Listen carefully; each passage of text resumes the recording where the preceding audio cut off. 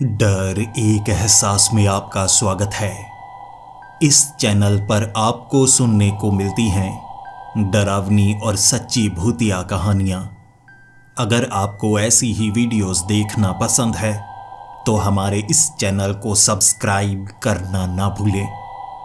तो अब बढ़ते हैं आज की कहानी की ओर।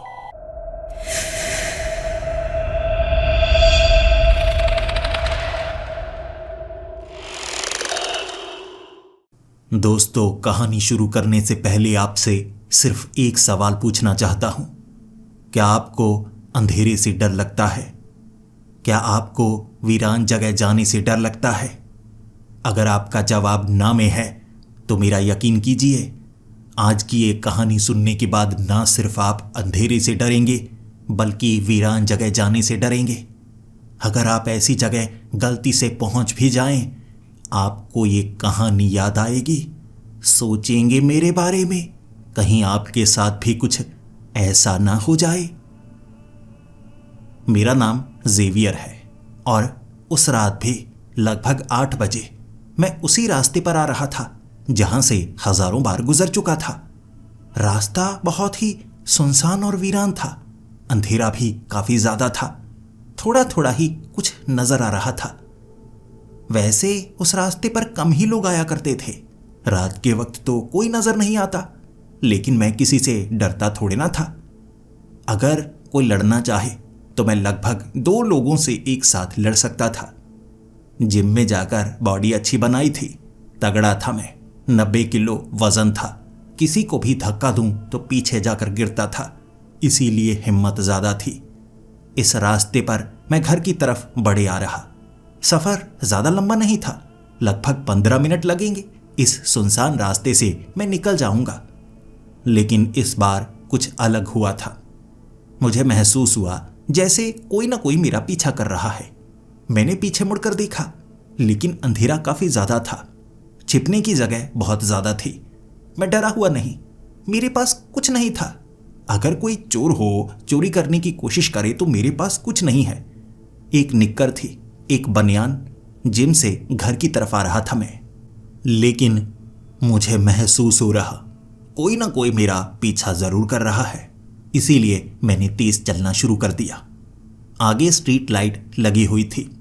मैं एक बार रोशनी के करीब पहुंच जाऊं, वहां जाकर रुकूंगा, फिर आवाज लगाकर कहूंगा कि कौन है जो मेरा पीछा कर रहा है। अभी तो मैं कुछ देख नहीं पा रहा हूं, लेकिन उस स्ट्रीट लाइट के करीब पहुंचना इतना मुश्किल होगा मुझे पता नहीं था। टांगें लड़खड़ाने लगी थीं। ऐसा लग रहा था जैसे बेहोशी छा रही हो। मुझे थोड़ा थोड़ा धुआं तो महसूस पहले से हो गया था, लेकिन ऐसा होता है आसपास किसी ने आग लगाई होगी। लेकिन अब लगने लगा जैसे कोई नशा सा चढ़ना शुरू हो गया है।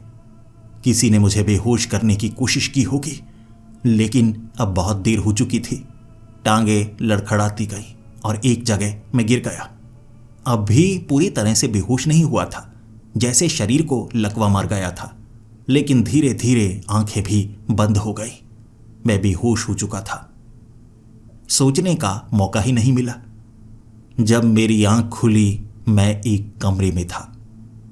मैं हड़बड़ा कर उठा। ये कैसी जगह है? मुझे लगा किसी ने मुझे किडनैप कर लिया है। फिर क्या, मैं इधर उधर झांकने लगा था। आखिर ये कैसी जगह है? ये किसी हॉस्पिटल का कोई कमरा लग रहा था। मुझे लग रहा था जैसे ऑपरेशन थिएटर हो। आसपास रखे हुए कुछ गाउन थे जो पेशेंट्स ने पहने होते हैं, कुछ जो डॉक्टर भी पहनते हैं जब ऑपरेशन करते हैं। सामने ऑपरेशन बेड लगा हुआ, वहां बहुत सारी लाइट्स लगी हुई। डॉक्टर के इस्तेमाल वाले वो सभी औजार वहीं पर मौजूद थे। फिर मुझे एक आदमी नजर आया जो दूसरे कोने में लेटा हुआ बेहोश लग रहा था, या हो सकता है सो रहा हो। फिर दीवारों पर ध्यान गया। दीवारों पर खून लगा हुआ था। हाथों के निशान थे उन दीवारों के ऊपर, जैसे खून से सने हुए हाथ दीवारों पर खींचे गए हों। जैसे जैसे मेरी नजर इधर उधर पड़ती गई, मेरी सांसें रुकने को आ चुकी थी। फिर उसकी भी नींद खुली होगी। आंखें मलता हुआ वो उठा। फिर डर गया, दीवार से सट गया और सबसे पहले उसने यही सवाल पूछा, मैं कहाँ हूं, मैं कहाँ हूं? और मेरा जवाब भी यही था, मुझे नहीं पता। क्या तुम मुझे यहां पर लेकर आए हो? उसने कहा, मुझे नहीं पता, मैं तुम्हें यहां पर नहीं लेकर आया। मुझे किसी ने किडनैप किया है या मेरे कमीने दोस्त मुझे प्रैंक तो नहीं कर रहे? उसने आवाज लगाना शुरू कर दिया। सामने एक टीवी लगा हुआ था, एलसीडी स्क्रीन। अचानक वो एलसीडी स्क्रीन ऑन हो गई और उसमें एक चेहरा नजर आया, एक आदमी जिसने मास्क पहना हुआ था। शायद वो हम दोनों को देख सकता था। हम दोनों का नाम लिया उसने, फिर कहने लगा, शांत हो जाओ, तुम्हें समझाने में समय लगेगा, लेकिन तुम्हें समझना होगा कि तुम इस समय कैसी जगह पर हो। मैंने कहा, तुम जो भी हो, हमें यहां से बाहर निकलना है, मुझे बाहर निकलना है, बाहर निकालो। उसने कहा, यहां अंदर आने का रास्ता है, बाहर जाने का कोई रास्ता नहीं है। ये एक गेम है, चीखना मना है। जो चीखेगा माना जाएगा उसने हार मान ली है। तुम्हें ये गेम हर एक स्तर तक खेलते रहना होगा। जो जीतेगा वो विजेता होगा। मैंने कहा, मुझे नहीं खेलनी ये गेम, मुझे घर जाना है। देखो, तुम जो भी हो, तुमने मुझे किडनैप किया है, पुलिस तुम्हें ढूंढ रही होगी। मेरे दोस्तों ने अब तक तो पुलिस में कंप्लेंट कर दी होगी। तुम बचने वाले नहीं, मुझे छोड़ दो, मैं ये सब भूल जाऊंगा। वो साथ में खड़ा आदमी वो भी कुछ ऐसा ही कह रहा था। वो गुस्से में था, धमकी दे रहा था। लेकिन फिर एलसीडी स्क्रीन में वो आदमी जिसने अपने बारे में बताया कि मैं होस्ट हूं इस गेम का और इसके नियम मैं बार बार तुम्हें समझाता रहूंगा। चीखना मत, जो चीखेगा वो हारा हुआ माना जाएगा, यानी कि दूसरा जीतेगा और इस गेम में एक ही जिंदा बचेगा, बाकी कोई जिंदा बचने वाला नहीं। फिर हम दोनों की नजर एक दूसरे की तरफ पड़ी। फिर उस होस्ट ने कहा, यहां सारे सर्जिकल इक्विपमेंट्स हैं, आप सब इसका इस्तेमाल कर सकते हैं, जैसा करना चाहें वैसा कर सकते हैं। आगे वाला दरवाजा सिर्फ तभी खुलेगा जब दोनों में से कोई एक मर चुका होगा। देखते हैं कौन पहुंचता है। फिर वो एलसीडी स्क्रीन बंद हो गई। हम दोनों एक दूसरे की तरफ देखे जा रहे। मैंने उसे कहा, देखो, हम कोई बेवकूफ़ी नहीं करेंगे, यहां से बाहर निकलने का कोई ना कोई रास्ता होगा। ये कोई प्रैंक लगता है। और देखो ऊपर कितने कैमरे लगे हुए हैं। वो जो दीवार है उसके पीछे ये बड़े वाला कैसा कैमरा है? मैंने नीचे से एक चाकू उठाया। वो कांच टूट नहीं रहा था, मोटी फाइबर लग रही। उसके पीछे कैमरे, हर दीवार पर कम से कम 3 से 4 कैमरे थे। हर एंगल से हमें कोई ना कोई देख रहा था। फिर क्या, हथियार पड़े हुए थे, सर्जिकल इक्विपमेंट्स पड़े हुए थे। मैंने उस चाकू को लिया और आगे वाले दरवाजे को काटने की कोशिश की। फिर महसूस हुआ वो दरवाजा लोहे का था, पत्थर की वो मोटी दीवार थी। यहां से बाहर निकलने का कोई ना कोई रास्ता तो होगा। मैंने हर रास्ते को ढूंढने की कोशिश की और वैसा ही वो आदमी भी कर रहा था। लगभग 3 से 4 घंटे मैं वहां से बाहर निकलने का रास्ता ढूंढता गया। और 4 घंटे बहुत होते हैं ये जानने के लिए कि आप यहां से बाहर निकल सकते हैं या नहीं। हम दोनों थक चुके थे। उसके हाथ में वो सर्जिकल नाइफ था जिसे वो अपने हाथ में पकड़े हुए बार बार मेरी तरफ देखे जा रहा था। अब मैं उसका चेहरा अच्छे से देख पा रहा। आंखें पड़नी आती है मुझे। वो मेरी तरफ ऐसे देख रहा जैसे जब उसे मौका मिलेगा वो मुझ पर वार करेगा। बस उसने खुद को रोक रखा है। मैं भी अब उससे थोड़ा थोड़ा डरने लगा था।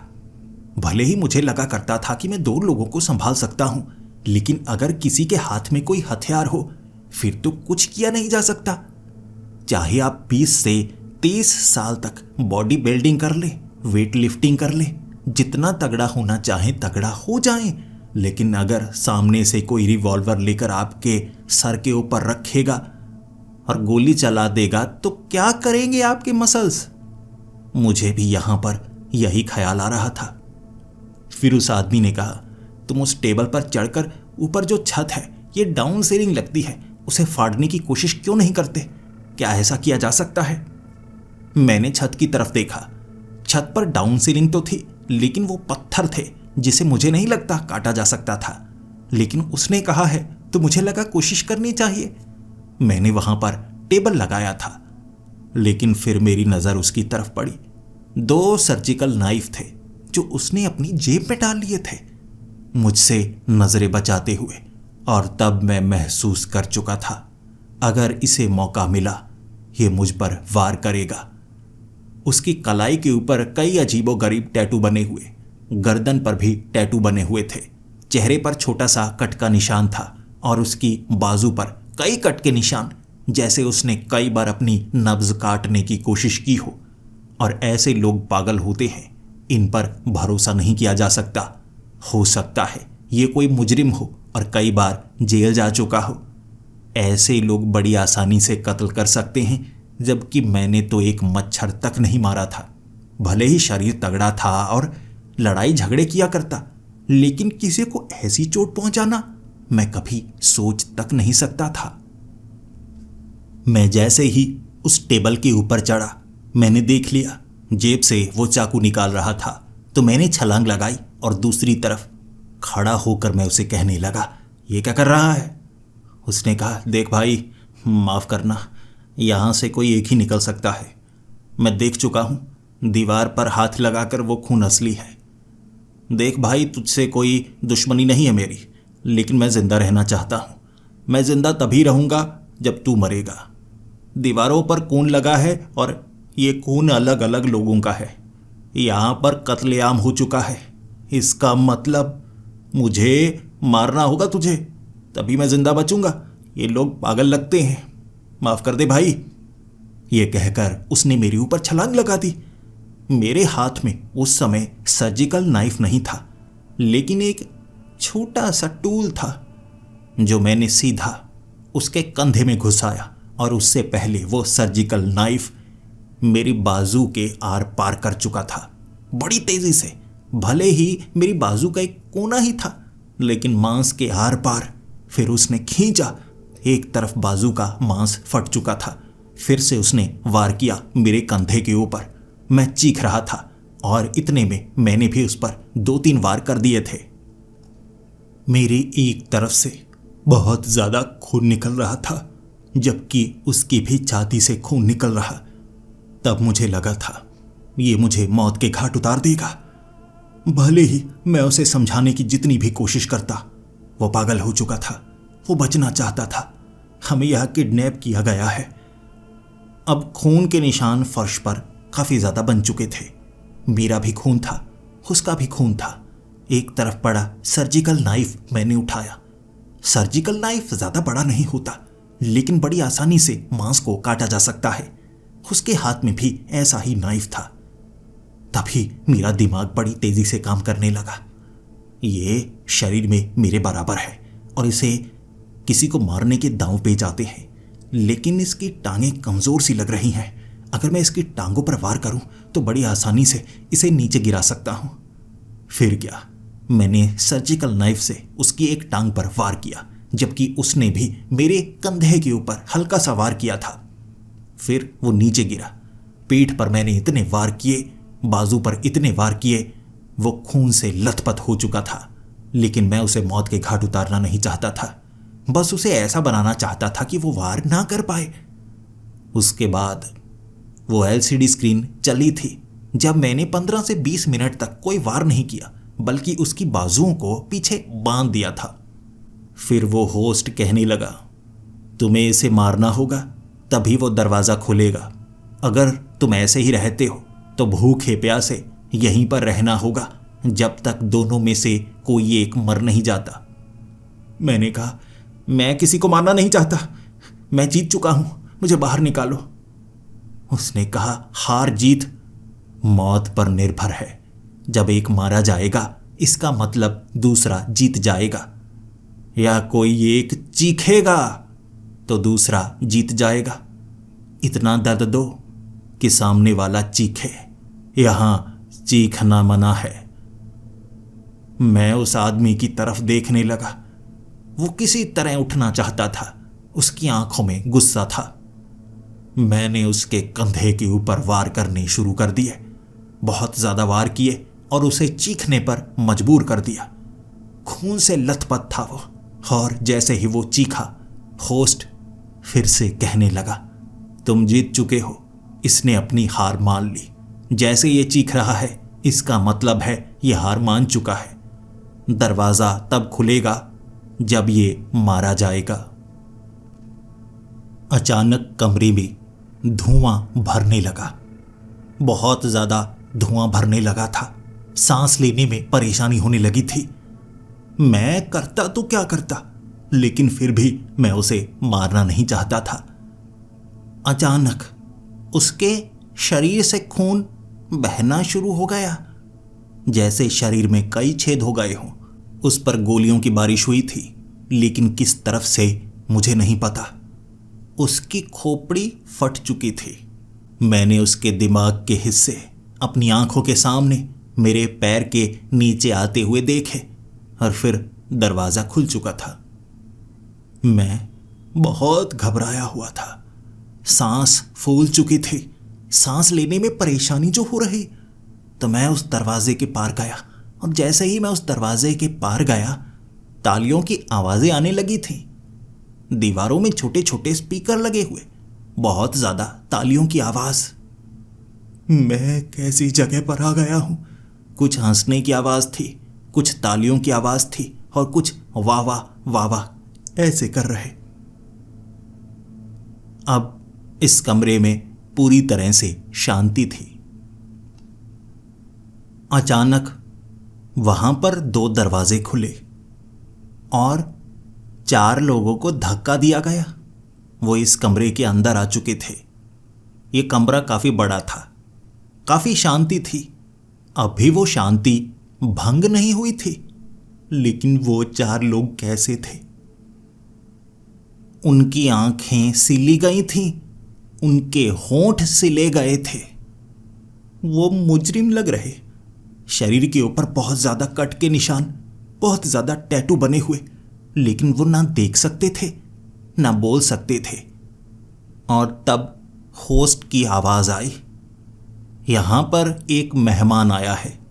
तुम चारों की आजादी उसकी मौत है, और जो यहां मेहमान है उसकी आजादी के लिए चारों के गले में एक एक चाबी है। 4 चाबियां उसे चाहिए होंगी उस बड़े दरवाजे को खोलने के लिए, जिसमें 4 ताले हैं।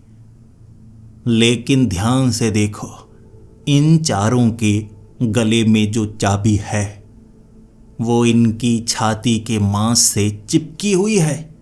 उसे उखाड़ना होगा मांस के समेत, और ये चारों ऐसा होने नहीं देंगे, क्योंकि अगर ये चाबियां मेहमान के हाथ में लग गई तो मेहमान निकल जाएगा और इन चारों की मौत पक्की। अगर मेहमान मारा गया तो इन चारों की आजादी पक्की। उन चारों के हाथ में कुल्हाड़ी थी और मैं बिना आवाज किए बैठा हुआ था। वो चारों इतनी तेजी से कुल्हाड़ी घुमाते जा रहे। चारों के पैरों में पायल डाली गई थी। उस पायल की आवाज वो पहचान पा रहे। एक दूसरे पर वार नहीं कर रहे थे, लेकिन वो सुन रहे थे। उनमें से एक अपनी छाती पर हाथ मारकर इशारों में जवाब दे रहा।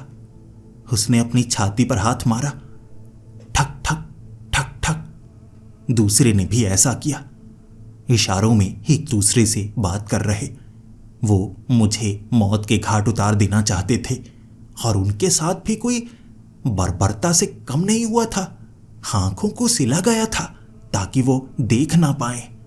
उनके होंठों को सिला गया था ताकि वो कुछ बोल ना पाए, लेकिन उनके कान सही सलामत थे ताकि वो इंस्ट्रक्शंस सुन पाए। मैं भागता हुआ उस दरवाजे के पास पहुंचा। जैसे ही दरवाजे के पास किसी तरह से खोलने की कोशिश कर रहा, एक ने छोड़कर कुल्हाड़ी मारी, क्योंकि वो पैरों की आवाज सुन पा रहा। पता नहीं कितने समय से ऐसा उनके साथ किया होगा कि हल्की सी आवाज सुनकर भी उस तरफ एक ने कुल्हाड़ी छोड़कर मारी थी। वो तो मैं बच गया, लेकिन मेरे बहुत करीब से वो कुल्हाड़ी निकल कर गई थी। और जहां पर वो कुल्हाड़ी गिरी, वो जल्दी से चलता चलता उस तरफ आया और बाकी भी बार बार चल रहे और अपनी छाती पर हाथ मार मार कर एक दूसरे से बात भी कर रहे। मैं दरवाजे के पास था, सट चुका था। वो मेरे पैरों की आवाज सुनना चाहते थे और मैंने जूते उतार दिए।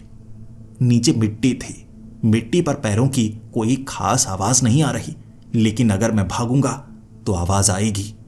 लेकिन अब वो चारों अलग अलग दिशा में उस कुल्हाड़ी को बड़ी तेजी से घुमाते घुमाते आगे बढ़ रहे। अगर मैं उनके सामने आया तो कुल्हाड़ी इतनी तेज है कि दीवार में छेद हो रहा है, जितनी जोर से वो मार रहे हैं। मेरे शरीर पर उस कुल्हाड़ी का एक वार मैं सहन नहीं कर पाऊंगा। मुझे वो 4 चाबियां चाहिए होंगी। मांस से चिपकी हुई हैं, जैसे उन चाबियों को बहुत ज्यादा गर्म किया गया और छाती पर रख दिया गया तो वो मांस से चिपक चुकी थी। लेकिन उन्हें बिना मारे ये चाबियां निकालूंगा कैसे? क्या मुझे इन्हें मारना होगा? लेकिन वो 4 हैं, मुंह बंद है, आंखें बंद है। मैं घबराया हुआ, डरा हुआ, जानता था मैं मरना नहीं चाहता, इसीलिए मुझे उन पर वार करने होंगे, लेकिन मेरे पास कोई हथियार नहीं था। वो उन कुल्हाड़ियों को घुमाते घुमाते मेरे बहुत करीब आ रहे थे तो मुझे वहां से भागना पड़ा। हल्की सी आवाज हुई और वो पहचानने लगे कि ऐसे ही कुल्हाड़ियों को घुमाते घुमाते वो मुझे घेर सकते हैं। लेकिन अब मेरे पास एक ही तरीका था, उन्हें मजबूर करना होगा एक दूसरे पर वार करने के लिए। इसीलिए मैं भी वैसी आवाज निकालने लगा जैसी आवाज वो अपनी छाती पर हाथ मारकर निकाल रहे ना, मैं उसकी नकल कर रहा और इससे असर हो रहा। वो समझ नहीं पा रहे थे, आवाजें ज्यादा आ रही और नीचे मिट्टी को उछाल उछाल कर मैं एक दूसरे के ऊपर फेंक रहा, आवाज दूर से कर रहा और भागकर मैं किसी न किसी कोने में छिप जाता। वो एक दूसरे पर वार करने को मजबूर हो रहे थे। कुल्हाड़ी से एक ने दूसरे के ऊपर वार किया, उसकी बाजू को उसके शरीर से अलग कर दिया। उसी बाजू से वो कुल्हाड़ी चला रहा था। आवाज तक कर नहीं पाया था वो, आवाज तक नहीं। कुल्हाड़ी नीचे गिरी थी और मैंने उस कुल्हाड़ी को उठा लिया। अब मेरे पास भी एक हथियार था और मैं बिना आवाज किए मिट्टी से फायदा हो रहा था। लेकिन मुझे यह पता नहीं था इसका मुझे नुकसान होगा। वो तेजी से मिट्टी को ऊपर उछालने लगे, मिट्टी को जोर जोर से उछाल रहे थे और मैं समझ नहीं पा रहा इससे वो करना क्या चाहते हैं। लेकिन मिट्टी के बीच में बड़ी तेजी से वो वार करते मुझे देखने में परेशानी हो रही और वो कुल्हाड़ी को घुमाते घुमाते बड़ी तेजी से 3 कोनों में घूम रहे। एक की कुल्हाड़ी मेरे हाथ में, वो अपनी कुल्हाड़ी को ढूंढना चाहता था। मैंने अपनी कुल्हाड़ी से उसकी छाती पर वार किया और उसकी छाती से वो चाबी को मैंने नीचे गिराया। वो जख्मी था। फिर क्या, मैंने उसकी उंगलियों पर वार किया ताकि वो वैसी आवाज ना निकाल पाए जैसी अपनी छाती पर हाथ मारकर वो निकाल रहा था। इसका मुझे फायदा हुआ, लेकिन ऐसा फायदा नहीं चाहता था। तीनों ने उस तरफ बड़ी तेजी से वार किया था। उन्हें लगा मैं वहीं पर हूं। फिर क्या, उसके शरीर के कई टुकड़े कर डाले थे। इतनी बार कुल्हाड़ी का वार, इतनी बार कुल्हाड़ी का वार कि उसके टुकड़े टुकड़े हो गए। उसके बाद मैं भी पीछे से कुल्हाड़ी से वार करता। वो भले ही खतरनाक थे, लेकिन देख नहीं सकते थे, बोल नहीं सकते थे, सिर्फ सुन सकते थे। मुझे दया भी आ रही थी क्योंकि वो रो रहे थे। उनकी गीली नम आंखें देख पा रहा, लेकिन मुझे यहां से बचना था। इतना मैं जानता था, वहशी दरिंदे हैं जो इस खेल को हमसे खिलवाना चाहते हैं। चीखना मना है, मैं चीखूंगा नहीं और ये भी चीख नहीं सकते। जीतने का नियम बड़ा ही अजीब था। वो एक दूसरे पर वार करने पर मजबूर हो गए जब उनके करीब से मैं आवाज करता। वो गलती से एक दूसरे पर वार करते। ऐसे ही एक दूसरे पर वार कर करके उन्होंने तीनों को जख्मी कर दिया। तीनों एक दूसरे को जख्मी करके जमीन पर पड़े हुए। उनकी कुल्हाड़ियां छीनी और छाती से वो चाबियों को निकाला। मैं उन्हें मरने देना नहीं चाहता था, लेकिन मैं कर क्या सकता था। मैंने वो चारों चाबियों से उस दरवाजे को खोला और फिर आवाज लगाकर कहा, मैं तुम्हें मारना नहीं चाहता, मुझे माफ कर दो, मैं यहां से चला जाऊंगा और अगर तुम खुद को बचा सकते हो तो बचाओ, मैं जाने वाला हूं। मेरी यह बात सुनकर मुझे साफ महसूस हुआ कि वो रो रहे हों। वो अपने चेहरे पर, अपनी छाती पर अपने हाथ को जोर जोर से मार रहे थे, जोर जोर से, जैसे वो मरने वाले हैं और उन्हें पता लग गया है। मैंने जब उस दरवाजे को खोला, छत से आग की बौछार होने लगी थी। पेट्रोल नीचे छिड़का जा रहा और आग लगी हुई, और धीरे धीरे जो ऊपर छोटे छोटे नल थे जहां से पेट्रोल छिड़का जा रहा, आगे आगे वाले नल निकल निकल कर पेट्रोल छिड़क रहे। मैं दरवाजे के करीब था और यहां भी आग लगने वाली थी। मुझे दरवाजे के पार जाना था और दरवाजे को बंद करना था, लेकिन उनकी चमड़ी जल रही, वो तड़प रहे। मैं देख नहीं पाया और जल्दी से मैं उस दरवाजे के पार चला गया। वहां घुटनों पर आकर रोया था मैं। यकीन कीजिए, इतना ज्यादा रोया, इतना ज्यादा रोया। कैसी जगह पर हूं मैं। लेकिन तालियों की आवाज, खुशी की आवाज, लोग खुश थे जैसे भीड़ देख रही हो। कैमरे हर जगह लगे हुए थे और गुस्से में आकर मैंने एक कैमरे को तोड़ा और फिर वहां पर होस्ट की आवाज आई, सब तुमसे बहुत ज्यादा खुश हैं, तुम बदले में कुछ भी तोड़ सकते हो, तुमने हमारा बहुत फायदा करवाया है, इसीलिए तुम्हारे लिए हर गलती माफ। अब तैयारी करो तीसरे कमरे में जाने की, जो इससे भी ज्यादा मुश्किल होने वाला है। मेरा दांव भी तुम पर है, मुझे निराश मत करना। मैं चीखने लगा, रोने लगा, गालियां निकालने लगा। कौन हो तुम? वैशी हो, दरिंदे हो, ऐसे किसी को कौन मारता है? ऐसे खेल कौन खेलता है जिसमें किसी को मारना पड़े? तुम इंसान नहीं हो, तुम एक शैतान हो। लेकिन मुझे कोई जवाब नहीं मिला। वो छोटा सा गलियारा था। पहला दरवाजा खोल दिया था मैंने। आगे एक और दरवाजा था, वो भी मोटा, यानी आगे एक और कमरा है और मुझे उस कमरे तक जाना है। और फिर उस कमरे में मुझे क्या देखने को मिलेगा वो तो आगे जाकर ही पता लगेगा। लेकिन मैं वहां पर समय बिताना चाहता था, भूखा प्यासा, लेकिन वहां भी ज्यादा समय रुक नहीं सकता था। वो गलियारे की जो दीवारें थी ना, धीरे धीरे करीब आ रही थी, जैसे दोनों तरफ हाइड्रोलिक सिस्टम लगा हो जो दीवारों को भींच रहा हो, और मैं बीच में भींच होकर मरना नहीं चाहता था, पिचकना नहीं चाहता था। इसीलिए उस दरवाजे को खोलना आखिरी रास्ता था। जब ये रास्ता बहुत संकरा हो गया, मुझे दरवाजा खोलना पड़ा और आखिरकार मैं आगे वाले कमरे में पहुंच चुका था। ये कमरा बिल्कुल मेरे कमरे जैसा लग रहा था।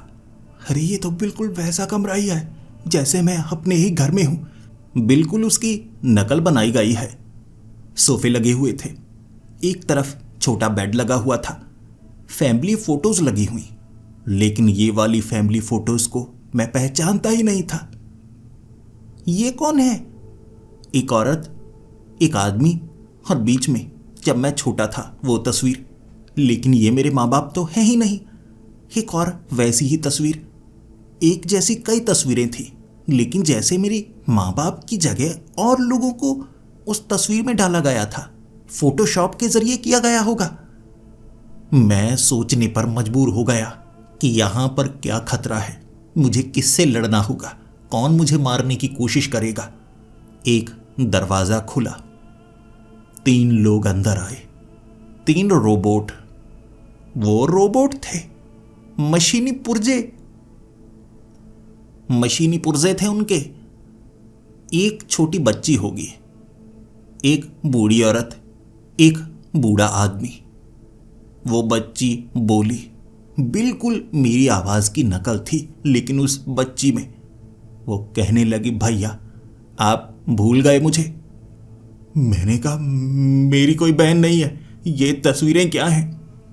तब होस्ट की आवाज आई, तुम अपने परिवारों को भूल चुके हो, लेकिन तुम्हारे परिवार तुम्हें कभी नहीं भूलेंगे।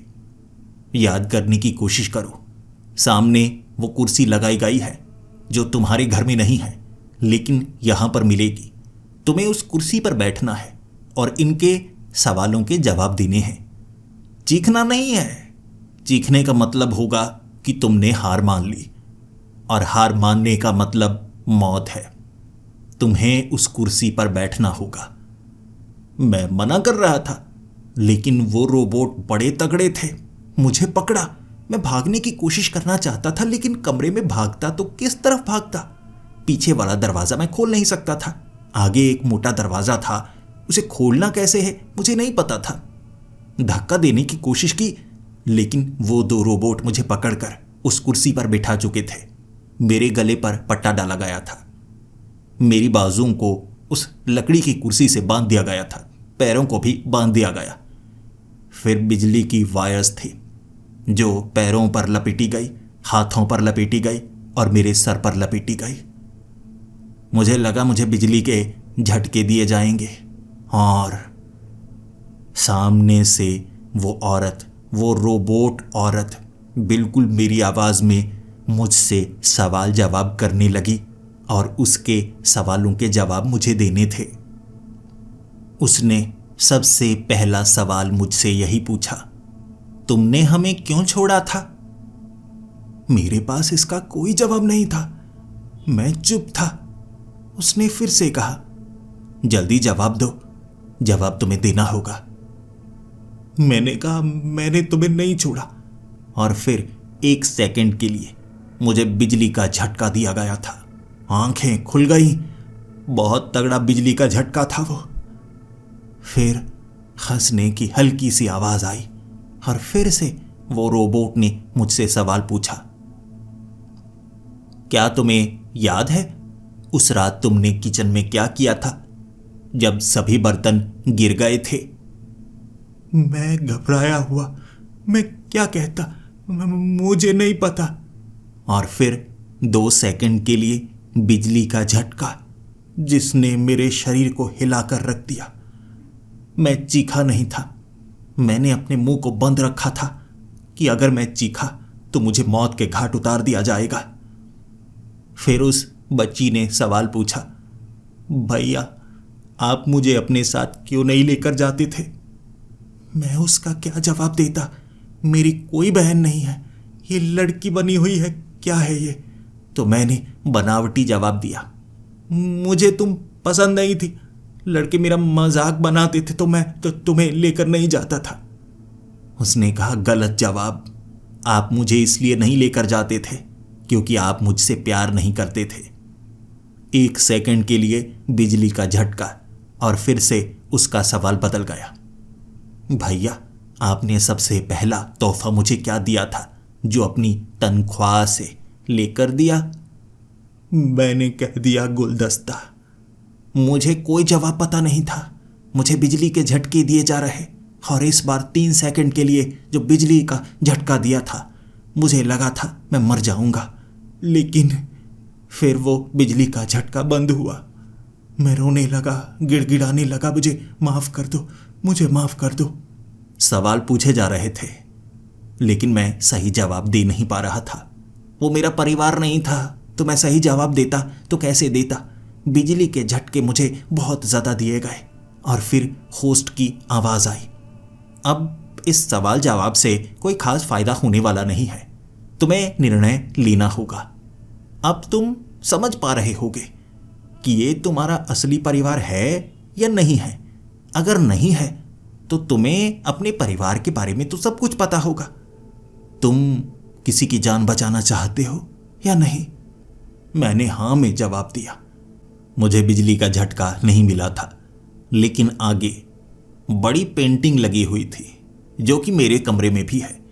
वो ऊपर की तरफ खिसकी और पीछे एक कांच लगा, और कांच के पार एक कुर्सी पर बैठी हुई 9 से 10 साल की लड़की होगी।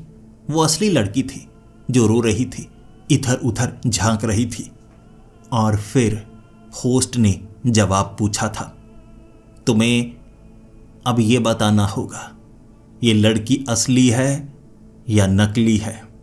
अगर तुमने गलत जवाब दिया इसे जिंदा जला दिया जाएगा। अगर तो ये नकली हुई फिर तो इसे कुछ नहीं होगा। अगर ये असली हुई और तुमने जवाब गलत दिया तो इसे जलाया जाएगा और इसे जलते हुए तुम्हें देखना होगा। लेकिन ये इतना आसान भी नहीं है। मानो कि ये असली है और तुमने इसे असली कह दिया तो ये बच जाएगी। मानो ये नकली है तब भी तुमने इसे असली कह दिया तो ये तो एक रोबोट चलाया जाएगा, एक गुड़िया। तो तुम्हें दो लड़कियों के बीच चुनाव करना होगा, कौन सी असली है कौन सी नकली है। एक को असली कहना होगा, एक को नकली कहना होगा। साइड वाली वो पेंटिंग ऊपर हुई थी, वहां पर भी एक कांच की दीवार थी। उसके पार कुर्सी पर बैठी हुई एक और लड़की। दोनों लड़कियां मुझे असली लग रही थी। रोबोट ऐसे नहीं होते, लेकिन हो भी सकता है। इसीलिए मैं रोने लगा, लेकिन मैं चीख नहीं रहा था। मुझे यह भी पता था मेरे साथ क्या होगा। मुझे जवाब जल्द से जल्द देना था। मुझे समय दिया गया था 5 मिनट। 5 मिनट में तुम्हें जवाब देना होगा। जवाब ना देने पर दोनों को जला दिया जाएगा। फिर क्या, मेरे हाथ पांव फूल चुके थे। दोनों में से असली कौन है नकली कौन है मैं पता नहीं लगा पा रहा था। दोनों ही बच्चियां थी जिन्हें कुर्सियों पर बांधा गया और उनके शरीर पर निशान बने हुए। मैं आंखों को ध्यान से देखता, दोनों की आंखें असली लगती। मैं शरीर को देखता, दोनों का शरीर असली लगता। उनकी पलकें झपकना, खौफ में इधर उधर देखना। दोनों में से कौन नकली है कोई पहचान नहीं सकता था। मैं भी पहचान नहीं पा रहा था। समय होने को आ गया था और मैंने बस ऐसे ही इशारा कर दिया पहली वाली लड़की की तरफ, ये नकली है। और फिर क्या, जिसे मैंने नकली कहा था उस कमरे में आग लगाई गई। इतनी तेज आग थी, इतनी तेज आग थी। वो लड़की के शरीर पर जो प्लास्टिक थी वो पिघलने लगी। उसके अंदर से लोहा नजर आ रहा। वो नकली थी, पिघल चुकी थी। पिघल, लोहा भी पिघल चुका। यानी अगर मैं गलती करता तो दूसरी लड़की को ऐसे मारा जाता कि शरीर पिघल जाता, जल जाता। फिर मुझे उस कुर्सी से जिस चीज से बांधा गया था उसे खोला गया। वो तीनों रोबोट उस दरवाजे के जरिए आगे जा चुके थे। वो दरवाजा बंद, मैं आजाद था। फिर आगे वाला दरवाजा खोला गया जिससे मुझे आगे वाले लेवल पर जाने का मौका मिलेगा। फिर होस्ट ने मुझे कहा था, बधाई हो, तुमने इस स्तर को भी पार कर लिया। तुम पहचान गए असली और नकली में अंतर होता है। लेकिन यहां से जैसे कि नियम है, एक ही बचकर जाएगा, दूसरे को मरना होगा। तुमने सही जवाब दिया है, तुम बचकर जा रहे हो। एक काले कपड़ों में आदमी आया और उस लड़की के सर के ऊपर कुल्हाड़ी से वार करके उसकी खोपड़ी के 2 हिस्से कर दिए थे। देख नहीं पाया था मैं, वो लड़की असली थी। आंखें बंद की मैंने, मेरा शरीर ठंडा फिर गया था। फिर उस दरवाजे के मैं पार चला गया और वो दरवाजा पीछे से बंद हो चुका था। बहुत रोया था मैं, बहुत ज्यादा। कैसे दरिंदे हैं, कैसे हैवान हैं। ऐसे हैवान तो जिंदगी में मैंने कभी नहीं देखे। ये कैसे लोग हैं। मुझे सच में अंधेरे में कभी अकेले नहीं रहना चाहिए था। क्या पता था मुझे मैं ऐसी जगह पर आ जाऊंगा। फिर मैं आगे वाले कमरे में पहुंचा। अब मेरे पास कुछ नहीं बचा था। मेरा ज़मीर तक मर चुका था। मैं खुद को भी किसी हैवान से कम नहीं मान रहा था। मुझे बस जिंदा बचना है। यकीन कीजिए, मौत आपको बुज़दिल बना देती है। मैं भी बुज़दिल बन गया था। लेकिन वो आगे वाला कमरा एक थिएटर लग रहा। मैं स्टेज पर था और सामने कई सारी कुर्सियां। उन कुर्सियों के ऊपर मास्क डाले बच्चे बैठे थे या वो सिर्फ गुड़ियां थी, मुझे नहीं पता। लेकिन होस्ट की आवाज आई थी, अब तुम्हें दिखाया जाएगा कि तुम क्या बन चुके हो। इस स्तर पर तुम्हारा भय तुम्हारे चरित्र को परिदर्शित करेगा। देखो, मैंने हर एक स्तर पर, हर एक लेवल पर क्या क्या किया मुझे दिखाया जा रहा था। उस आदमी को मैंने कैसे मारा था। मैंने उसे नहीं मारा, लेकिन मेरे कारण वो मरा था। मैंने उन लोगों को कैसे मारा जिनकी आंखें सिली गई थीं, होंठ सिले गए थे। वो बच्ची मेरे कारण कैसे मारी गई मुझे दिखाया जा रहा था। और वो जितनी गुड़िया थी, वो असली बच्चे थे या नहीं मुझे नहीं पता, लेकिन वो तालियां बजा रहे थे।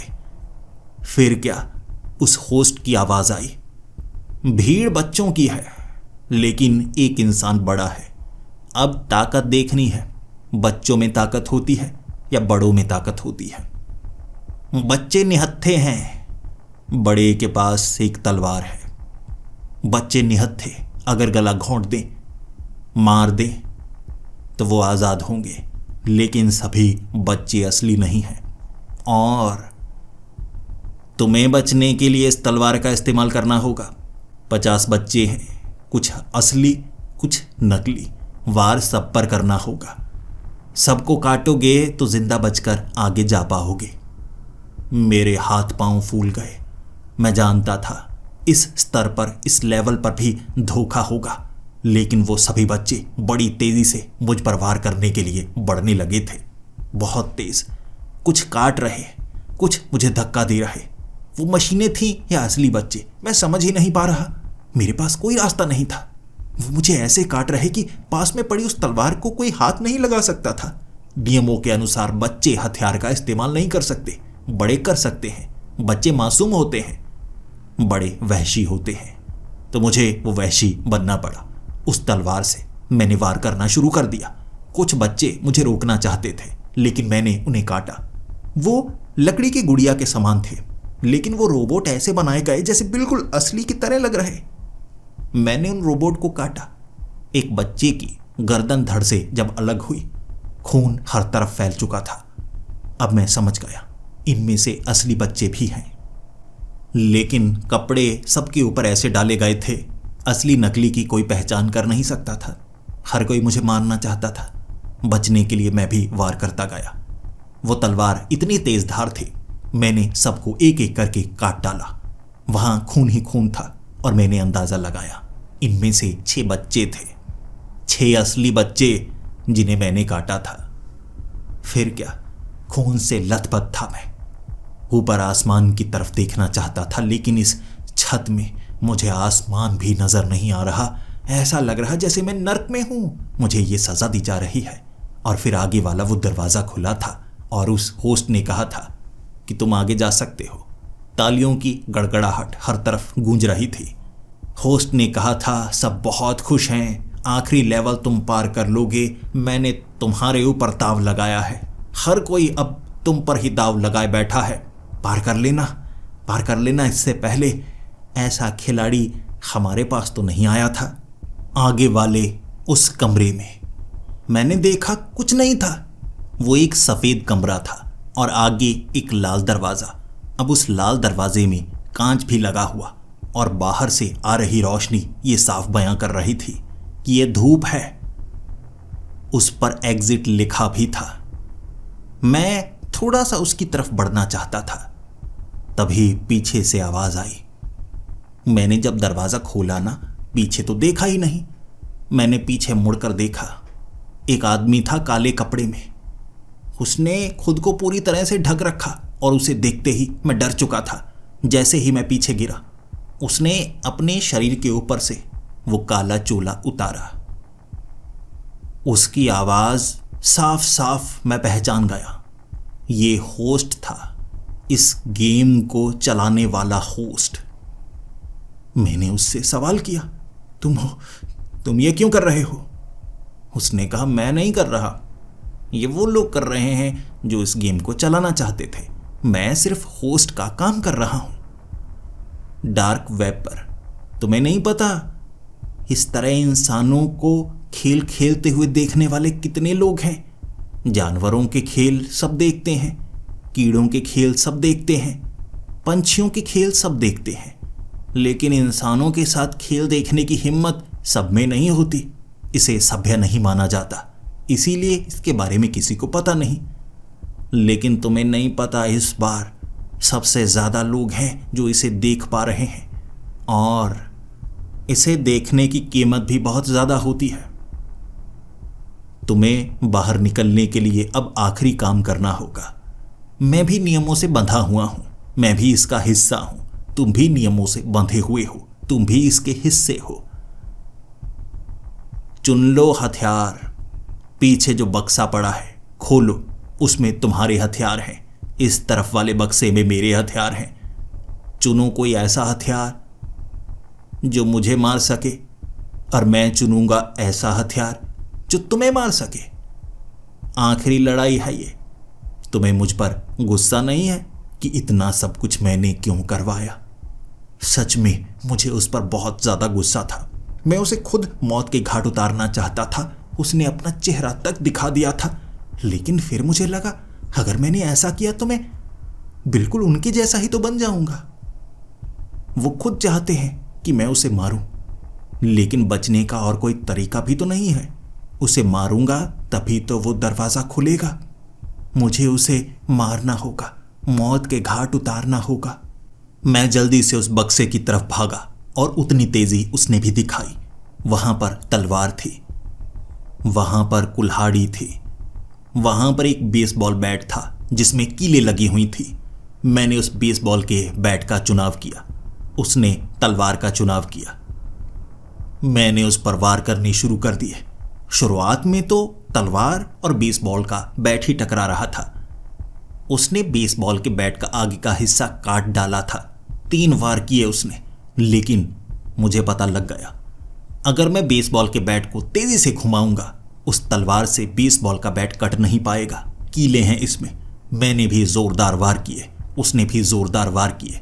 कीले उसके शरीर में 2 बार घुसी। मेरे कंधे पर बड़ा कट का निशान बन गया। मांस खुल चुका था, हड्डी नजर आ रही थी। दर्द हो रहा था, लेकिन जिंदा रहने के लिए इस छोटे दर्द पर निर्भर नहीं रह सकता था। मुझे बचना था। फिर क्या, बेसबॉल का बैट मैंने नीचे फेंका और पीछे से बड़ी कुल्हाड़ी को बाहर निकाला और घुमाना शुरू कर दिया। मैंने चालाकी दिखाई।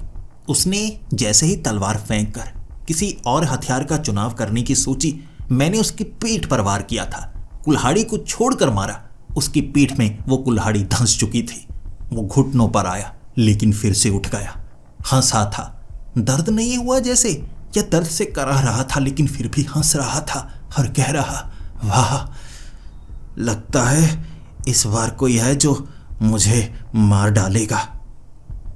फिर क्या, उन हथियारों के बीच से उसने एक राइफल निकाली जो सबसे पीछे थी। नीचे से वो ढूंढ रहा गोलियां। मेरे हाथ पांव फूल गए। अगर मैं देर करता तो वो गोली से मुझे भून डालता। मैंने बक्से के अंदर ढूंढने की कोशिश की। राइफल पीछे थी, गोलियां भी नीचे कहीं होंगी, लेकिन उससे पहले अगर मैं वार कर दूं तो बच सकता हूं। तलवार निकाली थी मैंने, वो राइफल में गोलियां भर रहा। मैंने भागकर छलांग लगाकर उसके सर को धड़ से अलग कर दिया था।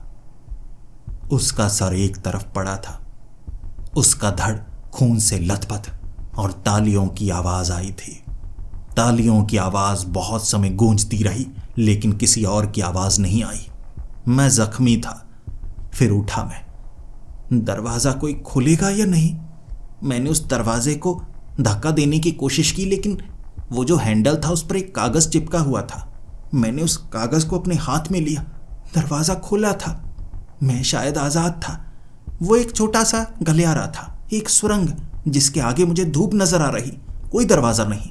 मैंने उस कागज को पढ़ा, और उस कागज पर लिखा हुआ था, बिना मारे भी इस दरवाजे को खोला जा सकता था।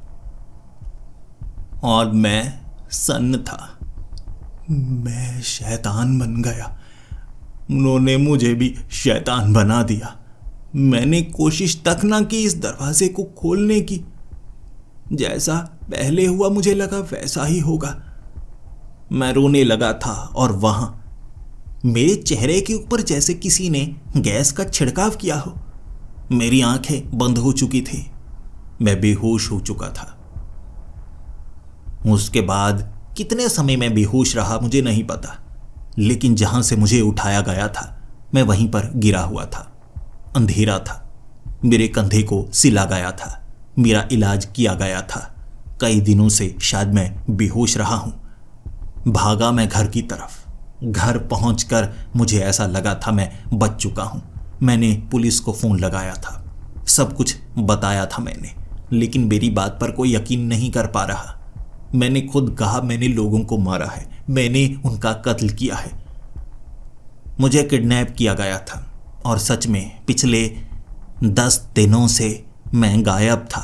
सब मुझे ढूंढ रहे थे, लेकिन मेरी कहानी पर कोई यकीन करता तो कैसे करता। वो जगह कहाँ है? कोई उसे ढूंढ नहीं पाया, उसके बारे में जान नहीं पाया। मेरे बारे में कोई जान नहीं पाया कि मुझे उठाया यहाँ से गया था, लेकिन ले जाया कहाँ गया? मुझे किसी ने यहाँ से निकालते हुए नहीं देखा, यहाँ दोबारा मुझे फेंकते हुए किसी और ने नहीं देखा।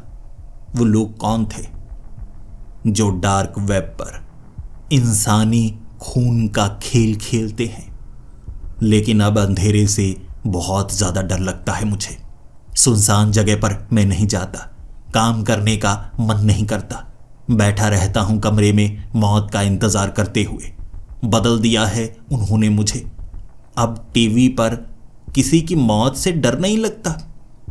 शरीर पर चोट लग जाए, खून बह रहा होता है तो मुझे बुरा नहीं लगता, अच्छा लगता है खून देखकर। उन्होंने मुझे हैवान बना दिया है। इस घटना को हुए 6 महीने हो चुके हैं और एक चिट्ठी जिसे मैं बार बार पढ़ता हूं जो 10 दिन पहले आई थी। अगर तुम होस्ट बनना चाहते हो तो बता सकते हो, तुम्हारी हां हम खुद जान जाएंगे। हम तुम्हें देख भी सकते हैं, हम तुम्हें सुन भी सकते हैं।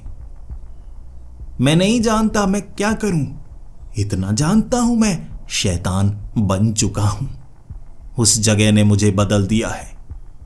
ये जवाब मैं आपसे चाहता हूं, मुझे हां करनी चाहिए या ना करनी चाहिए?